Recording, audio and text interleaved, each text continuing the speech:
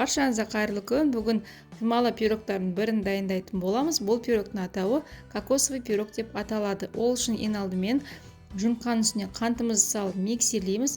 Яғни массамыз екі есе ұлғайғанға дейін және ағарғанға дейін жақсылап миксерлеуіміз қажет. Енді осының үстіне сұйық майды, айранды, кокосовый стружканы салып, жақсылап араластырып, 15 минутқа қойып қоямыз. Осы кезде оның үстіне разрыхлителді салып араластырып, кейін 15 минут өткеннен кейін ұнымызды екі бөлікке бөліп, лопатканың көмегімен жоғарыдан төмен қарай араластырамыз. Сол кезде массамыз бірден түсіп кетпейді. Араластырып болғаннан кейін формамызға құйып, қызып тұрған пеште 180 градуста 30-40 минутта пісіріп аламыз. Дайын болған пирогымызды осылай асықпай шетін бірінші бөліп аламыз форманы өзінен. Кейін формамызды алып, үстіне глазурімізді құямыз.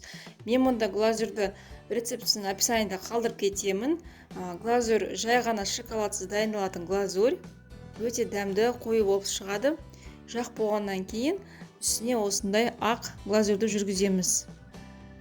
Бұл ақ глазурда шоколадсыз дайындалатын глазур. Қолжетімді бағада дайындауға болады.